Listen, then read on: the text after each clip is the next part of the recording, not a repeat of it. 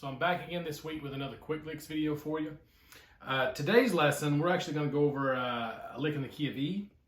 The cool thing about this lick though, you can move it anywhere in any key.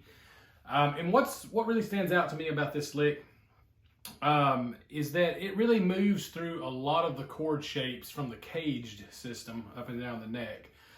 So this is a good lick to kind of use if you're new to the cage system and you're just learning those chord shapes. This is a good lick to kind of visualize those chord shapes around each one of these licks that we're doing. Hey, so if you haven't already done so, please go ahead and hit that subscribe button down below, and then hit the like button once we're done with this video if you like the video, and feel free to leave some comments and tell me what you'd like to see more of. So let me break it down for you. I'm going to do it in E, and then I'll show you how you can move it to different keys as well.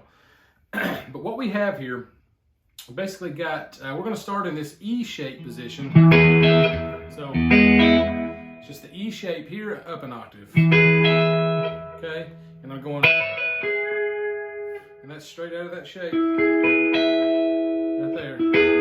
Okay, so what I'm doing, I'm borrowing 12 on B and E, the little E and the B string, and I'm doing a hybrid picking with my right hand. So.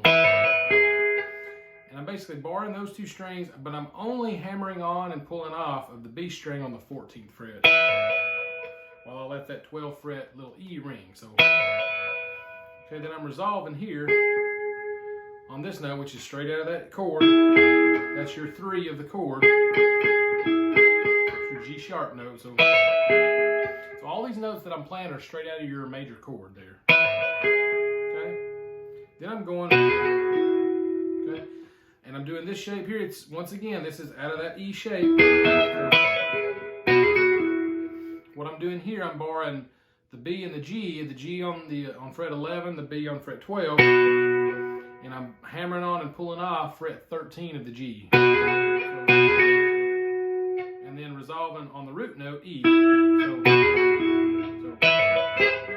my bad. Okay?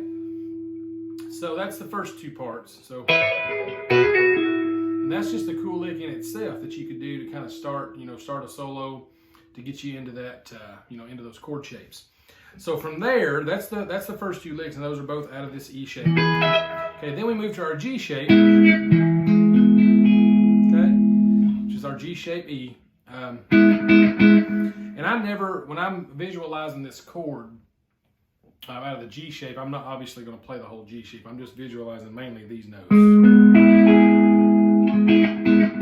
Okay, so this lick, I'm borrowing B and G again, but this time I'm sliding down to the 9th fret, okay, on both strings. Okay, and I'm hammering on, once again, just like I did here. I'm only hammering on the G string here on the 11th fret and pulling off. And I'm coming back down here on the D string on the 11th fret.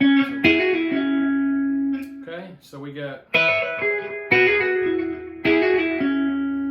Now from here, this is where you would change, if you were doing it in a different key and you didn't have as much fretboard to work your way down, down towards the nut here, you would change it. You would go, you would do it there, and you would just basically stay out of that shape, that chord shape there. You just work your way down. Okay, but for the sakes of E, since I've got all this fretboard left, I come down to the D position, the D shape, which is here, okay, and I go, okay,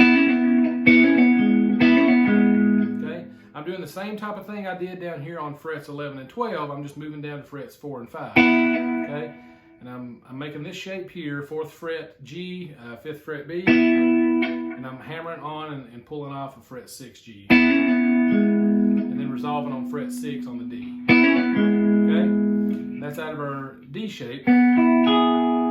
Then I'm morphing to our C shape chord here. Okay, so right there, and that's literally, if I land there, that's my C shape right here. So that's landed on our root note, which is our E note, 7th fret A string. Okay, and then I come down here to fret 2 and 4.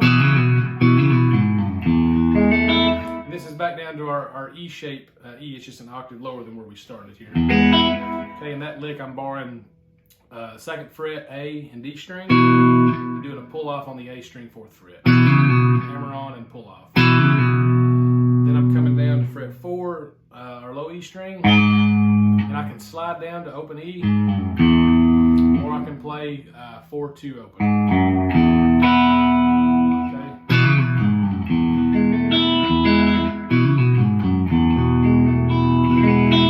All right, once again from the top, really slow.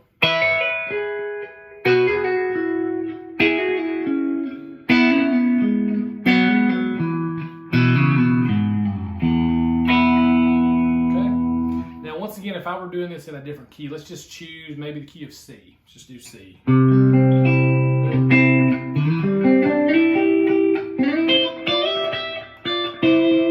Alright, so I've got C. So I started here, and our root note E was on the little string bottom. So I'm going to find my root note C on the little E string, which is going to be here.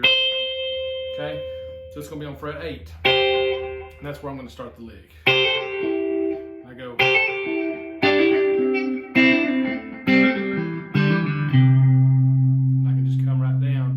That's literally, I'm ending right there in that G shape. Okay,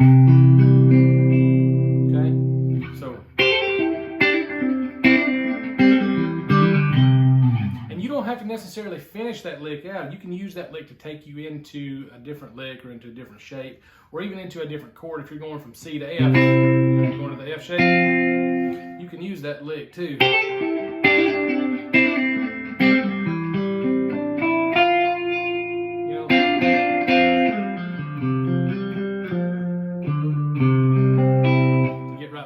To that F.